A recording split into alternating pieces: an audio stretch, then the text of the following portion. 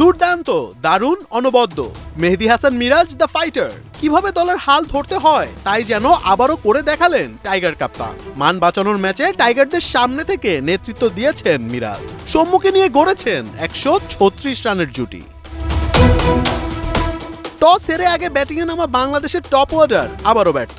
লিটন ও তামিম দুজনই 0 রানে আউট হলে আবারও ব্যাটিং বিপর্যয়ের আভাস মেলে। তবে মিরাজ নিজ কাঁধে তুলে নেন সকল দায়িত্ব। প্রথম বল থেকেই আত্মবিশ্বাসের সাথে ব্যাটিং করেন টাইগার কাপ্তান।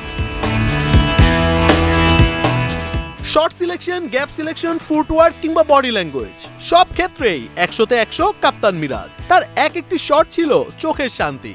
ফাইটার মিরাজের সামনে টিকতে পারেননি ক্যারিবিয়ান কোনো বোলার। ওয়েস্ট ইন্ডিজ বোলারদের পিটিয়ে সীমানা ছাড়া করা মিরাজের 77 রানের ইনিংস সাজানো ছিল 8টি বাউন্ডারির সাথে 2টি ছক্কায়। টাইগারদের রানের চাকাও চলছিল সমান তালে। Captain was leading from the front. দুর্দান্ত খেলতে থাকা মিরাজ হঠাৎ করেই খেলেন হোঁচট। ইনিংসের 30তম ওভারে রাদারফোর্ডের দুর্দান্ত এক থ্রোতে রান আউটের শিকার তিনি। ভাগ্য সহায় হলে হয়তো পেয়ে যেতেন নিজের 3য় সেঞ্চুরি। এদিন অবশ্য সৌম্য দেখিয়েছেন নিজের খেল। অল্পের জন্য সেঞ্চুরি মিস করেছেন এই হার্ড হিটার।